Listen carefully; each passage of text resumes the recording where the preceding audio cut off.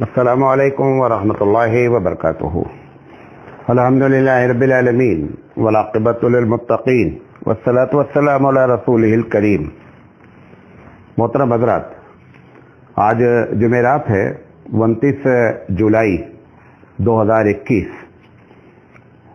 سوالات پچھلے جمعرات کو جو آئے ہوئے تھے وہ مکمل بھی نہیں ہو پائے تھے، تو وہ کچھ سوالات بچے ہوئے تھے، اس لیے پچھلے جمعرات کو اعلان نہیں کیا گیا کہ سوال جواب کی نشست ہوگی، ورنہ پھر وہ ایک بوجھ بن جاتا۔ تو انشاءاللہ آج ختم کریں گے اور اگلے جمعرات کو اعلان کیا جائے گا نئے سوالات کے لیے۔ تو جو سوالات بھی آئے ہوئے تھے ان کا جواب دیا جائے گا انشاءاللہ۔ اللہ سے ہم دعا کرتے ہیں کہ اللہ تعالیٰ ہمیں صحیح بات کہنے کی اور آپ کو صحیح بات سمجھنے کی توفیق عطا فرمائے۔ پوچھا گیا ہے کہ ہماری سرکار کی طرف سے کسی اسٹیٹ کے ساتھ کوئی ہوں گے، راجستھان ہے جہاں کے بھی، کہ سرکار کی طرف سے 10 لاکھ روپے بطور قرض دیا جا رہا ہے بزنس کرنے کے لیے، لیکن واپسی پر صرف وہ 5 لاکھ روپے ہی لیں گے، کوئی بھی سود یا بیاج انٹرسٹ نہیں لے گا، تو کیا اس کو لینا درست ہے؟ اس میں کوئی قباحت ہی نہیں ہے۔ گورنمنٹ کی طرف سے گویا کہ آپ کو گفٹ ہے، نہ سود لینا ہے اور 10 کا 5 ادا کرنا ہے، کم ادا کرنا ہے، بڑی اچھی بات ہے، زیادہ سے زیادہ اس اسکیم سے فائدہ اٹھایا جائے۔ پوچھا گیا ہے کہ بعض علماء کرام مستقبل کے بارے میں باتیں کرتے ہیں، کیا ان کا اس طریقے سے باتیں کرنا صحیح ہے یا نہیں؟ میں ایک مثال دے دیتا ہوں۔ جیسے ڈاکٹر اسرار صاحب کی بہت پرانی تقریر کہ ایک وقت ایسا آئے گا کہ طالبان جو ہے وہ کامیاب ہوں گے اور امریکہ کو افغانستان چھوڑنا پڑے گا۔ جیسے مولانا علی میاں ندوی رحمۃ اللہ علیہ نے 60 سال پہلے یہ تقریر کی تھی کہ برما والوں ہوش میں آ جاؤ، اگر نہیں ہو گئے تو تم کو یہاں سے بھی جو ہے تمہارے مدارس اور سب کچھ بند ہوگا اور تم یہاں کے دوسرے نمبر کے شہری ہوگے۔ یا جیسے مولانا مودودی علیہ الرحمہ نے کہا کہ رشیا جس نظریے کا حامل ہے وہ نظریہ اگر وہ ایسے ہی چلاتا رہا تو ایک وقت آئے گا کہ رشیا ٹوٹ کے ٹکڑے ٹکڑے ہو جائے گا۔ جیسے میں بھی ایک بات کہتا ہوں کہ حالات جو چل رہے ہیں اور مسلمانوں نے اگر اپنے ہوش کے ناخن نہیں لیے تو آنے والے دن مسلمانوں کے لیے اچھے نہیں ہوں گے بھارت میں۔ تو اس قسم کی باتیں علماء کرتے رہتے ہیں۔ تو یہ سوال یہ ہے کہ اس طرح مستقبل کی باتیں کرنا کہاں تک صحیح ہے؟ دیکھیں، یہ مستقبل کی بات یا پیشین گوئی نہیں ہے، یہ حقیقت کیا ہے کہ ایک پڑھا لکھا آدمی جو دور تک دیکھتا ہے اور مستقبل کو دیکھتا ہے، اس میں سب سے زیادہ جو دیکھنے والی ذات ہوتی ہے وہ انبیاء کی ہوتی ہے۔ اس کے بعد صحابہ میں مختلف لوگ ہوتے ہیں، پھر اللہ تعالیٰ صالحین میں جن کو عنایت کرتا ہے دور اندیشی۔ میں نے لوگوں کا 3 بڑے بڑے لوگوں کا نام لیا۔ تو حقیقت کیا ہے کہ وہ حالات کو دیکھ کر کے ایک بات کہتے ہیں، جیسے کہ ایک جگہ سے دھواں ہلکا ہلکا نکل رہا ہے، تو ایک دیکھنے والا یہ کہتا ہے کہ یہاں آگ لگنے کے چانسز ہیں۔ اب آگ لگ گئی تو اس کا یہ مطلب نہیں ہوا کہ وہ مستقبل کو جانتا تھا، حالات کو دیکھ کر اس نے یہ بات کہہ دی۔ ابھی ہبلی شہر میں کچھ دن پہلے ایسا ہوا کہ ایک بلڈنگ جو ہے وہ گر گئی ریلوے اسٹیشن کے پاس میں۔ بلڈنگ گرنے سے پہلے وہاں سے اس کے جو ہے وہ کچھ گرد اور دھول جو ہے وہ گر رہی تھی، تو گورنمنٹ نے لوگوں سے وہاں پہ جو لوگ تھے ان کو سب کو ہٹا لیا کہ ایسا لگتا ہے کہ یہ بلڈنگ گر جائے گی، اور اتفاق سے بلڈنگ کیا ہو گئی، گر گئی۔ تو یہ چیزیں ایسی ہیں کہ ایک آدمی دیکھ کر کے ایک اندازہ لگاتا ہے، اور وہ اندازہ صحیح بھی ہو سکتا ہے اور غلط بھی ہو سکتا ہے۔ جب صحیح ہو جاتا ہے تو اس کی دور اندیشی گویا کامیاب ہے، اور اگر غلط ہو جاتا ہے تو وہ انسان ہے، غلطی کر سکتا ہے۔ ایک بات۔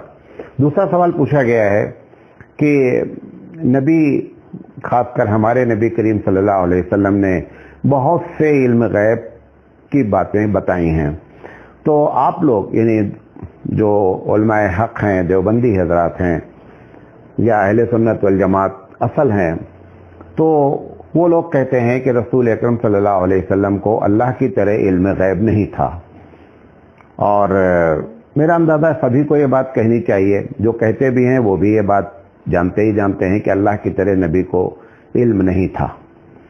تو ان کا کہنا یہ ہے کہ آپ لوگ یہ کیوں کہتے ہیں کہ حضور کو علم غیب نہیں تھا، جبکہ نبی کریم صلی اللہ علیہ وسلم نے بہت سی پیشین گوئیاں کی ہیں، اور جو کچھ بھی انہوں نے پیشین گوئی کی ہے وہ صحیح ہونا ہے؟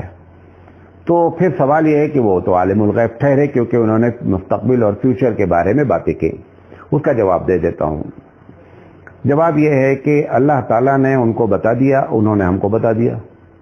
علم غیب تو کہتے ہی ہیں کہ خود سے آپ کل کے بارے میں جان جائیں، نہ کوئی آلہ استعمال کریں، نہ کوئی کسی کی رائے استعمال کریں، بلکہ اور نہ کسی کے علم پر منحصر ہوں، بلکہ ڈائریکٹ آپ کہہ دیں کہ کل ایسا ہوگا۔ یہ اللہ کے علاوہ کسی کے اندر ایسی بات نہیں ہے۔ تو اللہ کے رسول صلی اللہ علیہ وسلم نے یا انبیاء نے بتایا، کیونکہ اللہ نے ان کو بتا دیا۔ قرآن مجید کہتا ہے وَمَا يَنطِقُ عَنِ الْهَوَىٰ إِنْ هُوَ إِلَّا وَحْيٌ يُوحَىٰ، کہ محمد صلی اللہ علیہ وسلم جو بولتے ہیں وہ بولتے ہیں جو ان کو وحی کی جاتی ہے، گویا اللہ بتا دیتا ہے وحی کے ذریعے، حضور نے ہم کو بتا دیا۔ تو اس میں اس بنیاد پر عالم الغیب نہیں ہے۔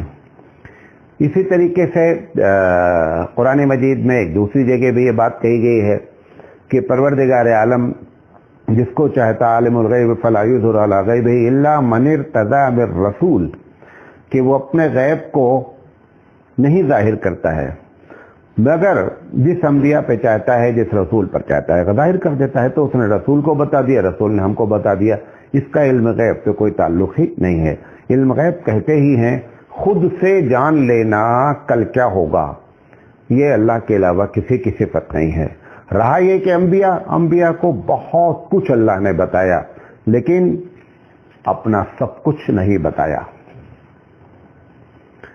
پوچھا گیا ہے کیا شادی کے بعد لڑکی کا اپنے والد سے مدد لینا ناجائز ہے، اور اسی طریقے لڑکی پر والدین کی معاشی لحاظ سے مدد کرنا اسلام میں ناپسندیدہ ہے؟ بہت اچھا سوال کیا گیا ہے۔ یہ دونوں باتیں ہمارے معاشرے میں غلط ہیں۔ مثال کے طور پر لڑکی پریشان ہے اور باپ اس حیثیت کا حامل ہے کہ وہ بچی کی شادی کے بعد بھی مدد کر سکتا ہے، تو اس کو مدد کرنی چاہیے۔ یہ ایک الگ بات ہے کہ شادی کے بعد اس کو فرضیت کے لحاظ سے مدد اس کے اوپر واجب نہیں ہے، لیکن اگر مدد کرنا چاہے، اس کی بیٹی ہے، کر سکتی ہے، اور بیٹی کو بھی یہ حق ہے کہ وہ اپنے والد سے اپنے حالات کو بیان کر کے والد سے مدد طلب کر سکتی شادی کے بعد بھی۔ مثال دے دیتا ہوں، حضرت فاطمہ رضی اللہ تعالی عنہ، بہت مشہور واقعہ ہے کہ اللہ کے رسول صلی اللہ علیہ وسلم کے پاس آئیں، شادی کے بعد کا معاملہ ہے۔ آپ نے آ کر کے اپنے والد محترم سے کہا، نبی کریم صلی اللہ علیہ وسلم سے، کہ میں اکیلی ہوں، تھک جاتی ہوں، آپ مجھے غلام مہیا کر دیجئے کیونکہ آپ کے پاس غلام آیا ہوا ہے۔ تو شادی کے بعد گویا کہ غلام خریدنے کی طاقت نہیں تھی، تو آپ نے معاشی لحاظ سے ہی گویا کیا کیا، مدد مانگا، اور یہ سنت سے ثابت ہے۔ ایک بات۔ دوسرا جو سوال کیا گیا ہے کہ کیا لڑکی پر والدین کی معاشی لحاظ سے مدد کرنا اسلام میں ناپسندیدہ ہے، یہ بات بھی ایک دم غلط ہے، اور یہ ہمارے معاشرے میں ایک غلط۔ مثال کے طور پر بہن کی شادی ہو جاتی ہے، اب بھائی امی کے ساتھ رہتا ہے، اب وہ بھائی کو فون کرتی ہے، خط لکھتی ہے، جو کچھ بھی کرتی ہے، واٹس ایپ کرتی ہے کہ امی بہت پریشان ہیں، ان کے پاس پیسے نہیں ہیں، اور تم جو ہے توجہ نہیں دے رہے ہو اور امی کو پیسے نہیں دے رہے ہو۔ ٹھیک ہے، اگر لڑکے کے پاس پیسے ہیں اور والدین کی وہ خدمت نہیں کر رہا ہے، والدین کو جتنا پیسے کی ضرورت ہے نہیں دے رہا ہے جبکہ اس کے پاس موجود ہے، تو لڑکا گنہگار ہوگا۔ لیکن میں دوسری بات کہنا چاہ رہا ہوں، وہ جو ہماری بہن نے ہم کو خط لکھ کر کے واٹس ایپ کے ذریعے کہا کہ آپ امی کی طرف توجہ نہیں دیتے، جب تم کو یہ بات معلوم ہو گئی کہ میری امی پریشان ہیں، تو اگر تمہارے بھیا کی وہ امی ہے تو تمہاری بھی امی ہے۔ سوال یہ ہے کہ اگر تمہارے پاس اپنا ذاتی پیسہ ہے، شوہر کا نہیں، اپنا ذاتی پیسہ ہے، تو تم بھی گنہگار ہو اگر امی کی پرابلم کو حل نہیں کر رہی ہو۔ یہ لڑکی پر بھی ذمہ داری ہوتی ہے کہ اگر وہ معاشی لحاظ سے سمجھ رہی ہے کہ میں اپنے والدین کی مدد کر سکتی ہوں، اور وہ پیسے سے جو پیسہ اس کا ذاتی ہے، چاہے وہ جاب کر رہی ہے تو اس کا پیسہ ذاتی ہے، شوہر نے اس کو پاکٹ منی دیا ہے، اس کو بچا کے اس نے رکھا ہے، وہ اس کا پیسہ ذاتی ہے، تو اس پیسے سے لازم ہے جیسے بھیا مدد کریں ویسے آپ بھی مدد کریں. اگر بھیا نہیں کر رہے ہیں امی کی سیوا تو گنہگار ہو رہے ہیں, لیکن آپ بھی اتنی ہی گنہگار ہو رہی ہیں جتنا بھیا گنہگار ہو رہے ہیں. کیوں؟ کیونکہ آپ کے پاس آپ کی بھی وہ امی ہے اور آپ کے پاس بھی پیسے ہیں. بھیا کیوں گنہگار ہیں؟ کیونکہ بھیا کی امی اور بھیا کے پاس پیسے ہیں. تو دونوں کی صورتحال کیا ہو گئی؟ ایک ہو گئی. لہذا یہ سوسائٹی میں غلط جو ہے وہ مسئلہ مشہور ہے. پوچھا گیا ہے کہ ہر نبی کا ایک رفیق ہوتا ہے, اور ترمذی شریف کی روایت ہے کہ جنت میں میرے رفیق حضور نے فرمایا عثمان رضی اللہ تعالیٰ عنہ ہوں گے. یہ حدیث صحیح ہے ضعیف ہے؟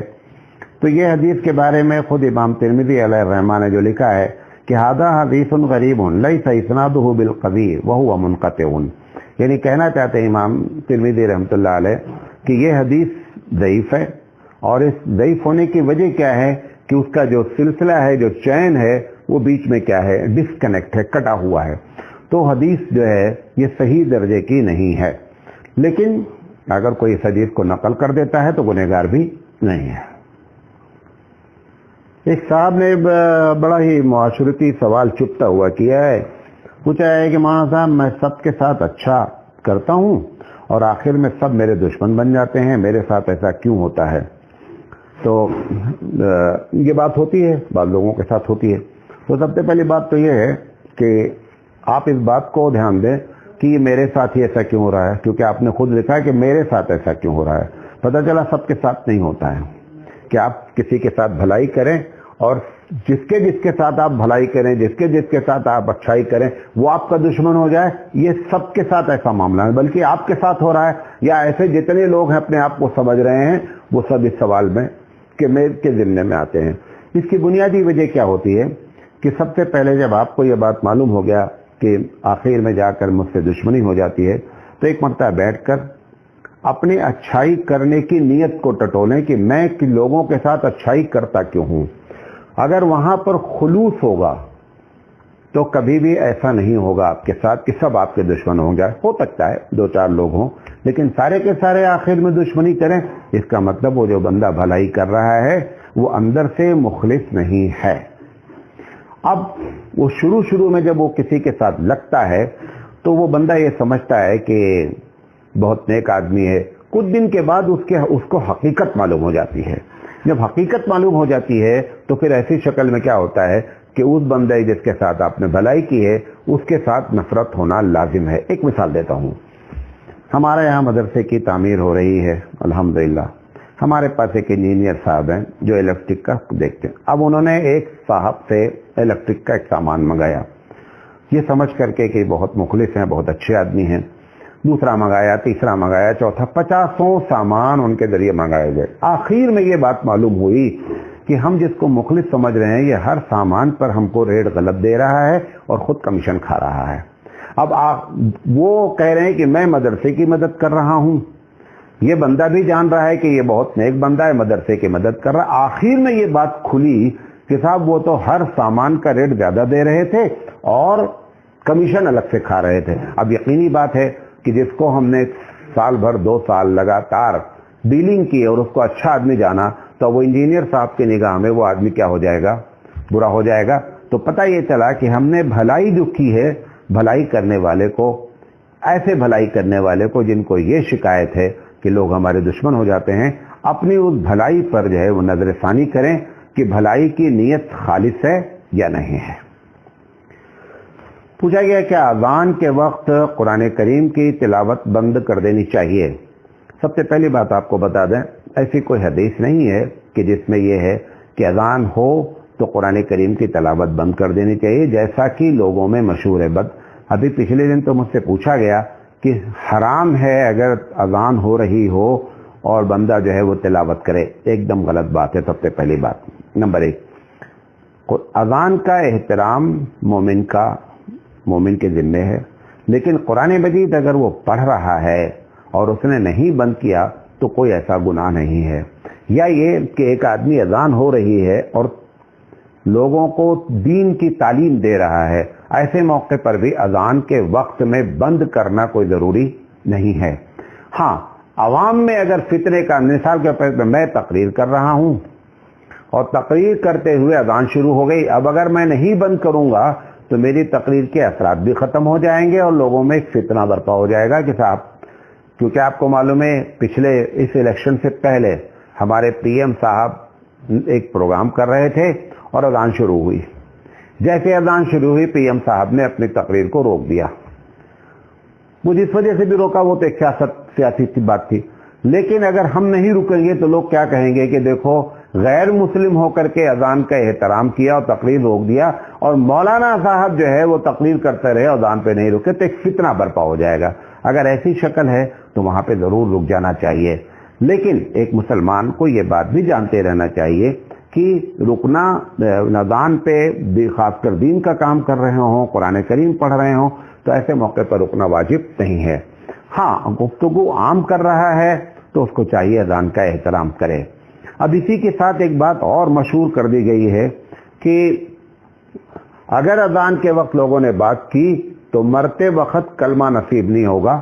یہ کسی حدیث پہ نہیں ہے، یہ ایجاد بندہ ہے اور بندوں نے یہ بات ڈال دی ہے. ایسی کوئی حدیث موجود نہیں ہے، میرے علم میں خاص کر نہیں ہے. اگر کسی کو معلوم ہو جائے تو مجھے ضرور بھیجے تو میں رجوع کر لوں گا، لیکن ایسی کوئی حدیث مجھے نہیں معلوم ہے. پوچھا گیا ہے کہ کیا بیت الخلاء میں تھوکنا منع ہے؟ ہمارے ایک سامع ہیں جنہوں نے پوچھا، اور پوچھنے کے بعد انہوں نے کہا مولانا اس کی لاجک کیا ہے؟ تو میں نے کہا بھائی جب منع کریں گے تب لاجک بتائیں نا. ہم نے کب کہا، شریعت نے کب کہا کہ بیت الخلاء میں تھوکنا منع ہے؟ یہ تو آپ نے اپنے تو انہوں نے کہا مشہور ہے، ہم نے کہا مشہور ہے اور غلط مشہور ہے. ایسی کوئی بات نہیں ہے. بیت الخلاء میں تھوکا جا سکتا ہے اور کوئی وجہ نہیں ہے کہ ایک آدمی کو وہاں بدبو محسوس ہوئی، ایک آدمی کو کراہت ہوئی، کچھ بھی تو تھوکے گا ہی. اب اگر وہ تھوک کو نگلنے کی بات کریں گے تو اور زیادہ پریشان ہوگا وہ. تو وہ تو ایسی جگہ ہے کہ جہاں پہ تھوکنے کے لیے کہا جائے کہ بھائی جب تم کو تھوکنا ہو تھوکو، لیکن یہ کہ تھوکنا منع ہے غلط بات ہے. پوچھا گیا استخارہ کیا ہے اور اس کی حقیقت کیا ہے؟ برائے مہربانی تفصیل سے جواب دینے کی زحمت فرمائیں. استخارہ جو ہے وہ خیر کو طلب کرنا، باب استفعال سے ہے، اس کا مادہ ہے کہ خیر. ایک آدمی دو چیزوں میں کنفیوز ہے، اس میں وہ تلاش کرنا چاہتا ہے کہ یہ ہمارے لیے بہتر کون ہے، اسی کا نام استخارہ ہے. جو چیزیں آلریڈی ڈیسائیڈڈ ہیں اس میں استخارہ نہیں ہوتا. فجر کی نماز فرض ہے، اب آپ استخارہ کریں رات میں کہ صبح فجر پڑھنا ہے کہ نہیں پڑھنا ہے، اس میں استخارہ نہیں ہوتا ہے. جو چیز فکس ہیں، جو چیز فرض ہیں، جو آلریڈی اس میں استخارہ ہوتا ہے کنفیوز ہونے کے معاملے میں. استخارہ ہوتا ہے ایسی چیز جو مستقبل کی کوئی بات ہے اور ہم کو سمجھ میں نہیں آ رہا، اس میں کر سکتے ہیں. ایک بات. دوسری چیز استخارہ کرنا سنت ہے. اللہ کے رسول صلی اللہ علیہ وسلم کے صحابی بیان کرتے ہیں کہ ہم کو استخارے کی دعا ایسے سکھلایا اللہ کے رسول صلی اللہ علیہ وسلم نے جیسے نماز میں تحیات وغیرہ پڑھنے کو سکھایا، ایسے سکھلایا.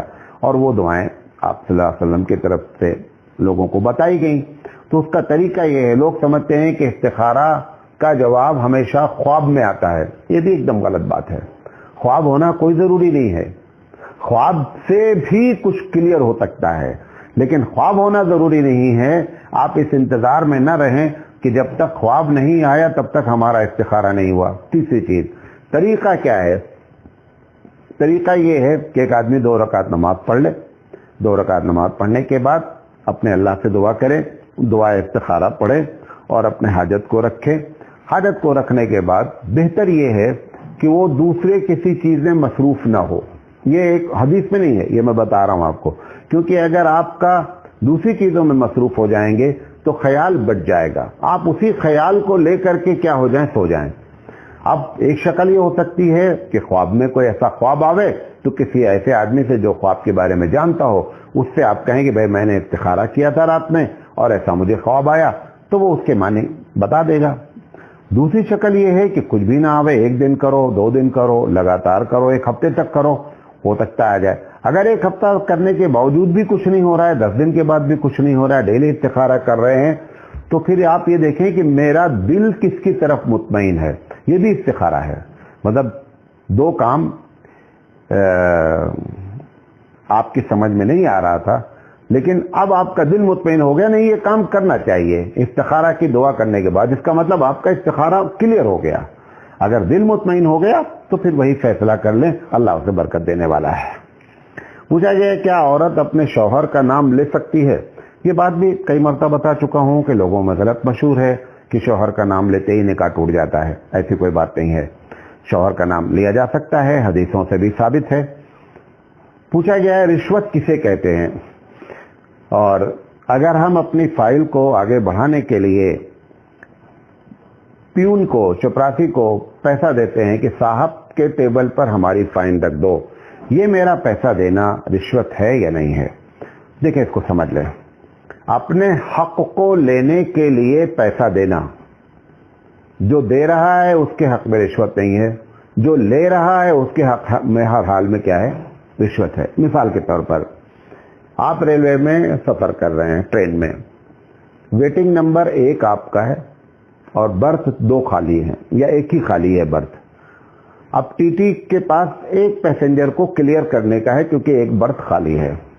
ایک دوسرا آدمی جو اسی ٹرین میں ہے جس کی ویٹنگ نمبر 2 ہے، وہ کیا کر رہا ہے کہ 200 روپے ٹی ٹی کو پکڑایا اور اس نے برتھ لے لیا. یہ آپ کا اس نے حق مارا. یہ رشوت دینے والا بھی گنہگار ہے اور لینے والا بھی گنہگار ہے.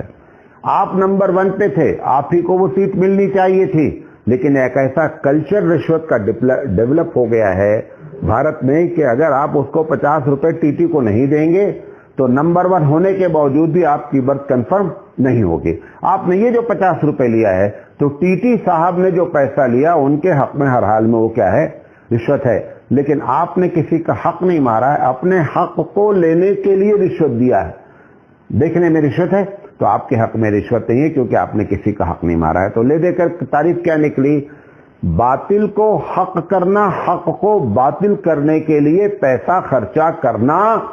لینے والے کے حق میں بھی رشوت، دینے والے کے حق میں بھی رشوت. نمبر 2، ایک رشوت کی اور تعریف کی گئی ہے اور بہت بڑے فقیہ نے کی ہے کہ پیسہ دیا جائے تاکہ ہمارے حق میں فیصلہ ہو جائے. ہم سچ ہیں یا غلط ہیں یہ کچھ نہیں ہے، بس صرف یہ ہے کہ ہمارے حق میں فیصلہ ہو جائے، یا ہم جہاں چاہتے ہیں وہاں ٹرانسفر ہو جائے. ہم جہاں چاہ رہے ہیں اس علاقے میں وہاں ہمارا ٹرانسفر ہو جائے اپنے مقصد اور اپنے مفاد کو حاصل کرنے کے لیے. تو وہ فقیہ نے کہا ہے، غالباً ابن العابدین ہیں جنہوں نے یہ بات کہی ہے، بہت بڑے فقیہ ہیں، کہ یہ حقیقت میں یہ بھی رشوت ہے کیونکہ آپ نے اس کے اوپر پریشر بنایا آفیسر کے اوپر پیسہ دے کر کے کہ ہمارا ٹرانسفر فلاں علاقے میں کیا جائے. وہ کرتا یا نہ کرتا یہ معلوم نہیں ہے، لیکن آپ نے پیسے دے کر کے اپنے مفاد، اپنے حق میں کرایا. ان کا کہنا یہ بھی رشوت ہے. واللہ اعلم بالصواب. پوچھا گیا ہے کہ اس عمر کی لڑکیاں مکتب میں قرآن کریم کی تعلیم حاصل کر سکتی ہیں جبکہ وہاں پڑھانے والے استاد مرد ہیں. میری اپنی ذاتی رائے یہ ہے کہ کسی بھی عمر کی لڑکی کو جب تک اس کا محرم وہاں موجود نہ ہو تب تک کسی استاد کو لڑکی کی تعلیم دینی ہی نہیں چاہیے. یعنی لڑکی کو مرد پڑھائے تو ایک دم غلط ہے، اس کی عمر چاہے 4 سال ہو یا 5 سال ہو. کیوں؟ کیونکہ ہمارے پاس جو زنا بالجبر کے کیس آ رہے ہیں اس میں 3 سال 4 سال ڈیلی کا معمول بنتا جا رہا ہے. لہذا مساجد میں لڑکیوں کو اگر بھیجنا ہے تو یا تو کم سے کم جیسے 10 لڑکی پڑھ رہی ہے، چھوٹی بچیاں، وہ بھی 7 سال سے نیچے کی پڑھ رہی ہیں، تو ایک وہاں محرم ڈیوٹی دے کسی ایک کا. اور جب تک 10 لڑکیاں پڑھ کر کے نہ چلی جائیں تب تک وہ نہ اٹھے وہاں سے. تب تو ٹھیک ہے، محرم موجود ہو تب صحیح ہے، ورنہ یہ جو چکر چاہے ٹیوشن کی شکل ہو، اگر ٹیوشن پڑھوایا جا رہا ہے مرد سے تو بھی وہاں پہ کون موجود ہو؟ ایک محرم موجود ہو، اس کے سامنے پڑھائے، صحیح ہے. ورنہ لڑکیوں کو کسی بھی طریقے سے مرد لوگوں کو پڑھانا ہی نہیں چاہیے. اور جہاں جہاں یہ ہو رہا ہے، کیونکہ یہ نہیں مجھے کہنا چاہیے، لوگ میری باتوں کو برا مانتے ہیں، اب لڑکیوں کے مدرسہ کھولنا ایک تجارت ہوتی جا رہی ہے. کیونکہ لڑکوں کے مدرسے میں اگر آپ فیس رکھیں تو لوگ فیس نہیں دیتے ہیں. کیوں؟ کیونکہ سارے مدرسے جو چل رہے ہیں وہ فری میں چل رہے ہیں، لہذا وہ آپ کیوں؟ جس نے بھی لڑکیوں کا مدرسہ کھولا ہے وہ 99% کیا لے رہے ہیں؟ فیس لے رہے ہیں. تو یہ ایک تجارت بنتی جا رہی ہے. آپ میرے اس سے یہ معنی نہ لیں کہ لڑکیوں کی تعلیم کا انتظام کیا گیا ہے. لڑکیوں کی تعلیم کا انتظام کریں تو اس کو چلانے والے نیچے سے اوپر تک سارے کے سارے کون ہو؟ عورتیں ہوں. وہاں پہ کوئی بھی مرد موجود نہیں ہو.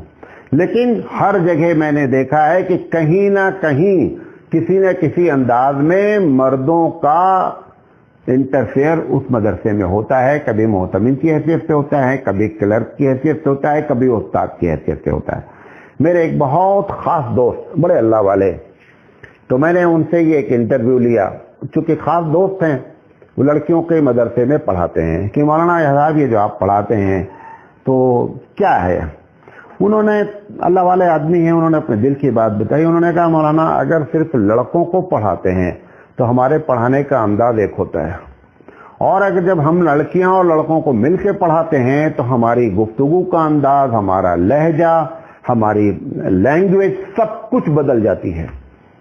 جبکہ وہ خود بہت اللہ والے آدمی ہیں. یہ بتا رہے تھے وہ کہ یہ اثر ہے. تو میں نے کہا کہ پھر آپ یہاں کیوں پڑھا رہے ہیں؟ کہا میں نے 2 مہینہ ہوا چھوڑ دیا, اسی وجہ سے کہ میں اپنے دل کی کیفیت جو میں دیکھ رہا ہوں وہ کیفیت وہ نہیں رہتی ہے. جب میں لڑکوں کو پڑھاتا ہوں وہ کیفیت بدل جاتی ہے.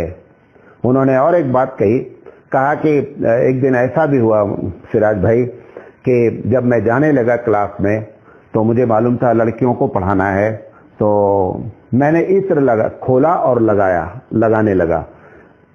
میرے دل میں یہ بات آئی کہ میں لڑکیوں کو پڑھانے جا رہا ہوں. خیر میں نے فوراً عطر کو بند کر دیا, نہیں لگا. انہوں نے کہا کہ میں ہر وقت اپنا محاسبہ کرنے کے باوجود یہ میری کیفیت ہے, اس لیے اب میں نے طے کیا ہے کہ میں لڑکیوں کو نہیں پڑھاؤں گا. یہ ایک حقیقت ہے, اس کو آپ اس کو منفی انداز میں لیں گے تو آپ جتنا بھی چاہیں ہمارے خلاف بول سکتے ہیں, اس میں کوئی دو رائے نہیں ہے, لیکن یہ ایک حقیقت ہے.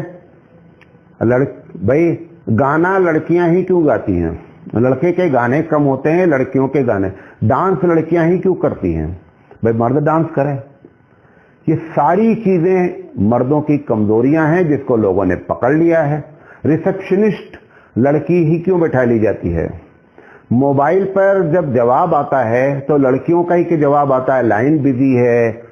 آپ بعد میں, وہ مرد نہیں بول سکتا جملہ, وہ کڑک انداز میں, لیکن ان کی آواز میں اٹریکشن ہے, ان کی بات میں اٹریکشن ہے, ان کے چہرے میں اٹریکشن ہے, لہذا وہ ریسپشن پہ بھی بیٹھا لی جاتی ہیں, کیش پہ بیٹھا لی جاتی ہیں, دکانوں میں کھڑی کی جاتی ہیں, مالوں کا انٹروڈکشن کراتی ہیں. یہ سب کیوں ہو رہا ہے؟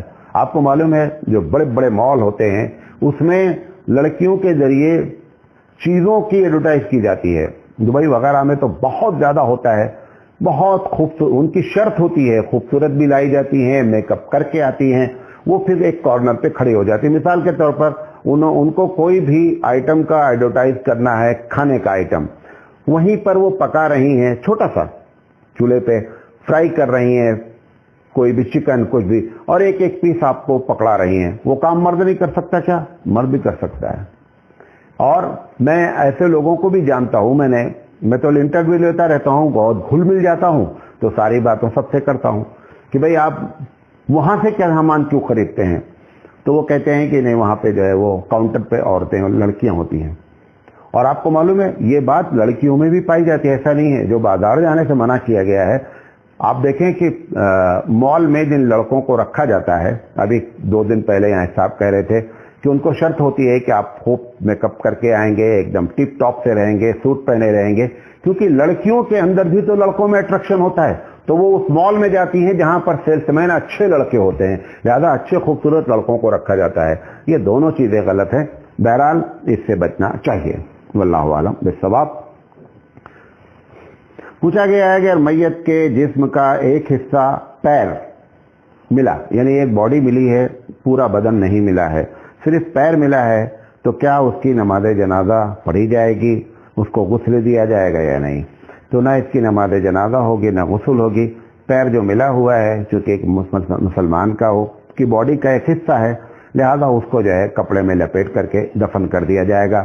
اس پر ایک اور بھی سوال آیا, انشاءاللہ آگے جواب دیتا ہوں.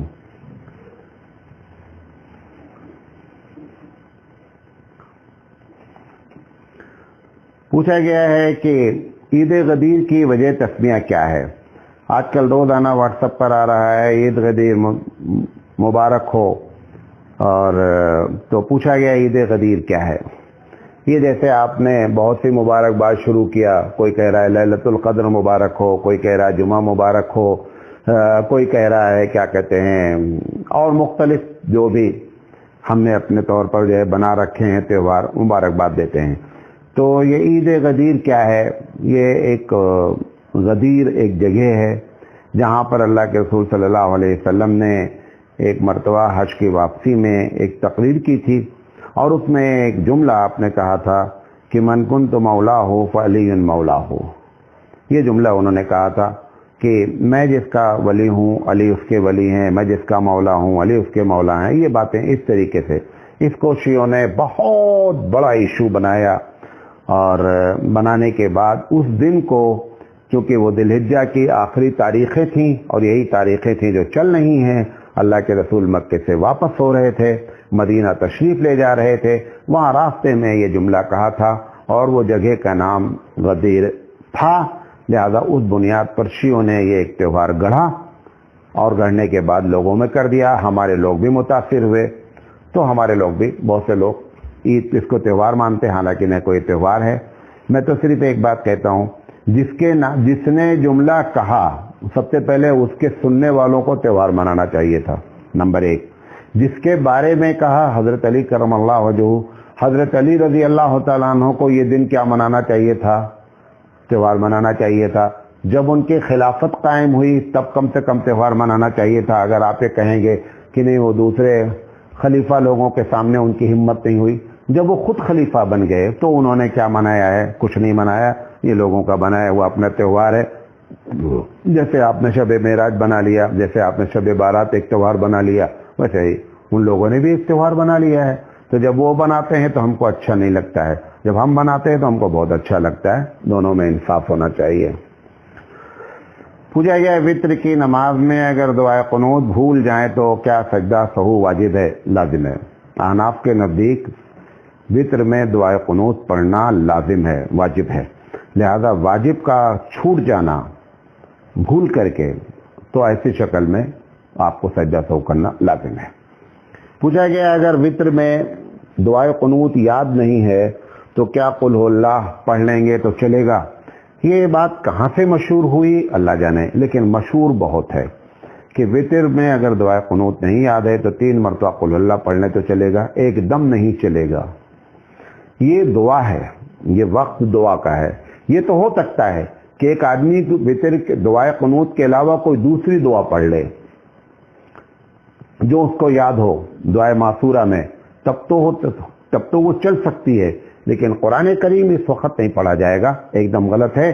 جو دعا پڑھنے کا، دعائے قنوت کا جو وجوب ہے، وہ قرآن مجید کی ان 3 قل اللہ کو پڑھنے سے وہ وجوب ثابت نہیں ہوگا، لہذا یہ بات غلط مشہور ہے۔ اچھا، دوسری بات پوچھا گیا کیا کرے؟ اگر نہیں یاد ہے تو یاد کرو یار۔ ابھی میں کہہ دوں کہ جاب میں اگر تم کمپیوٹر کا یہ سافٹ ویئر سیکھ لو تو تمہاری تنخواہ 2000 روپے بڑھ جائے گی، تو سیکھ لو گے کہ نہیں سیکھ لو گے؟ ایک ہفتے میں سیکھ لو گے، 2000 روپے اپنا بڑھوا لو گے۔ تو یہ اتنی بڑی چیز ہے، واجب ہے یہ نماز۔ یہ اس نماز میں اگر دعائے قنوت ہے، بچپن سے یہی سوال کرتے چلے آنے کہ یاد نہیں یاد نہیں یاد نہیں، بوڑھے ہو گئے یاد نہیں، تو کب تک؟ یہ تو وہ آدمی سوال کرے جو بیچارہ ابھی مسلمان ہوا ہے کہ بھیا ہم ابھی مسلمان ہوئے ہیں، دعائے قنوت نہیں یاد ہے، کیا کریں؟ اس کو جواب دیتے ہوئے اچھا بھی لگے۔ یہ پرانے ایک دم مسلمان پیدا ہوئے مسلمان کے گھر میں اور آج تک دعائے قنوت یاد نہیں کر رہے ہیں، اور قل اللہ پہ کیا کرتے چلے آ رہے ہیں، ٹرکاتے چلے جا رہے ہیں۔ قل اللہ پڑھنے سے دعائے قنوت کی فرضیت ختم، وجوب ختم نہیں ہوتا۔